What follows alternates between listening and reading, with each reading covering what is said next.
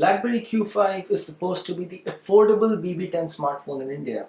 However, we are happy to report that the build quality is neither affordable like or is it cheap in any way.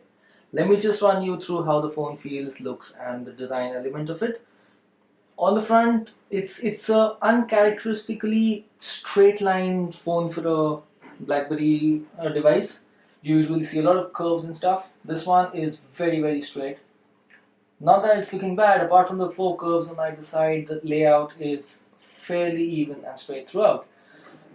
The keyboard with BB10 has always been straight, as with the Q10. That's what their new thing is. And it's very comfortable to use. Either with the same hand operation holding the phone, no problems reaching either edge of the keyboard. Unlike the Z10, which had a user accessible battery, this one does not. It's locked away. This is where the SIM card slot and the microSD card slot sit. You have to be a little careful with this design of the mechanism because it tends to, when you're opening it, it double backs on itself to completely open. You might try to pull it out, which will break it. On the top is the power key and the 3.5mm jack, the volume rocker, and the pause play key when you're playing media, and the camera at the back. A very simple design phone, nothing outlandish about it at all. However, one of the biggest changes with BB10 in comparison to OS 7 and OS 6 prior to this is there is no navigation key support here. By that I mean there's no optical trackpad or trackball depending on whatever Blackberry phone you used. The call, receive and disconnect key as well as a menu key and a return key.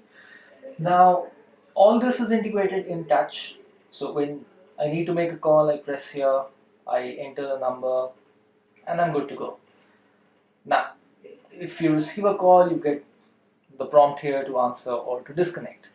However, within applications you will find a little bit of a niggle because there's no particular return key. That's where you swipe like this within an application. Apart from that, once you get used to the touchscreen interface, it's very simple to use. It's very smooth. You can't really get lost in it. The stacked UI makes sense for somebody who has a lot of applications open in the background. You open applications, they all show up here in stacks. Let's open Blackberry World here. Let's open a couple of other applications here. The browser's already open. So they all show up here and you can scroll up and down in case you have more applications. This is a 3.1-inch display. The size is not too big, but in terms of readability, it's absolutely brilliant. If you can see here, I have not zoomed in on the text. This is the default browser setting for rendering the page, and it's very much readable. I am not being asked to zoom in at all to kind of read this text. Very clear. There's no disturbance around the alphabets, which a lot of displays tend to have, particularly when they're rendering text. All in all, we hope the pricing for this phone is right. We still await the pricing details on this phone, by the way, as we speak.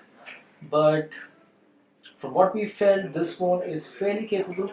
If priced right, this could really be the next popular curve kind of a phone that Blackberry could have on its hands. It will all depend ultimately on what price tag Blackberry put on this phone.